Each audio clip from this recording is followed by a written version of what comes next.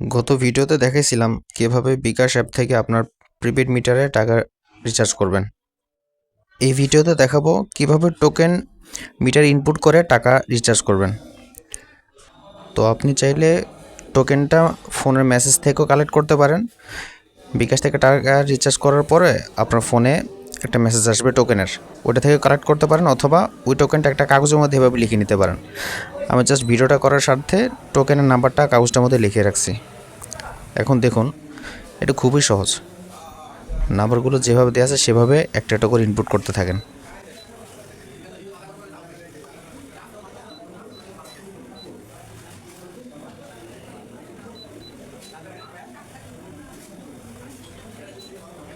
নাম্বারগুলো ইনপুট করা হইলে এবার ব্লু বাটনে চাপ দেন।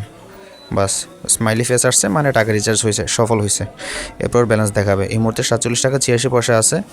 আমি 50 টাকা রিচার্জ করছিলাম, 2 টাকা 14 পয়সা মিটার চার্জ কাটছে আর কি। এরপর আমাকে 47 টাকা 86 পয়সা ব্যালেন্স দিছে। ব্যালেন্সটা আবার চেক করেন, 801 ডায়াল করে এরপর ব্লু বাটন চাপ দেন, দেখেন 47 টাকা 86 পয়সা ব্যালেন্স আছে। ভিডিওটা যদি ভালো লাগে তাহলে ইউটিউব চ্যানেলটা সাবস্ক্রাইব করতে পারেন, অথবা ফেসবুক পেজটা লাইক ফলো দিয়ে রাখতে পারেন। Thanks for watching.